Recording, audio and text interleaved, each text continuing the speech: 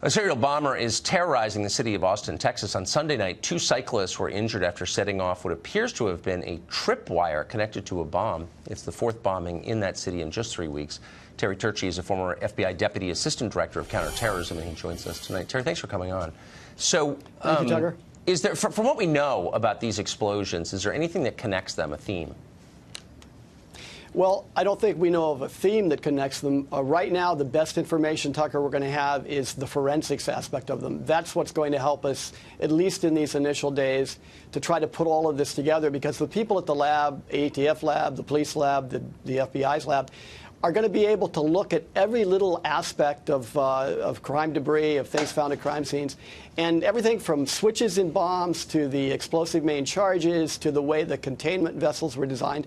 All of these things are part of the bomber's signature. So they're going to be able to tell us, first of all, if they've ever seen something like this before. Even, for example, you talk about tripwires. So one of the things that tripwires conjures up is the idea of somebody maybe from the military, or maybe someone who was part of some guerrilla movement, guerrilla warfare movement at some point in time.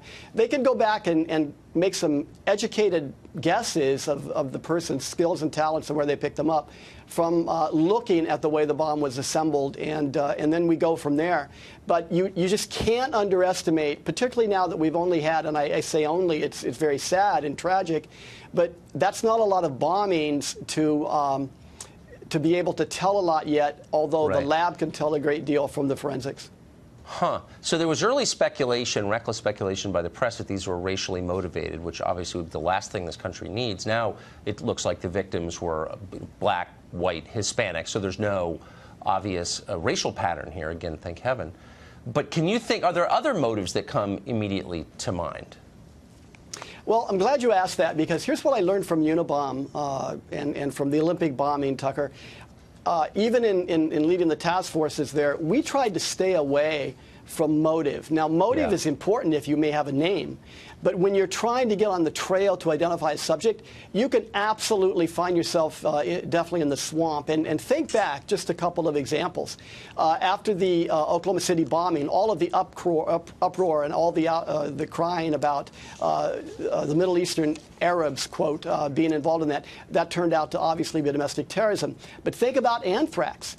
In the aftermath of the 9/11 attacks and then the anthrax attacks, which were just literally weeks later, there was this tremendous push to literally blame that on Saddam Hussein in Iraq. And in fact, I can tell you straight out that the FBI at that point in time was involved in confrontations with the Department of Justice to slow that thinking down. I remember. Because even then early on, even then I early remember on, Bill Kristol getting out there and saying, yeah, we think that Saddam did this as a pretext for a war in Iraq. It was, of course, all lying and propaganda as usual.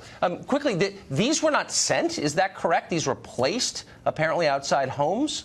That seems odd to me. It is odd, and here's what it suggests.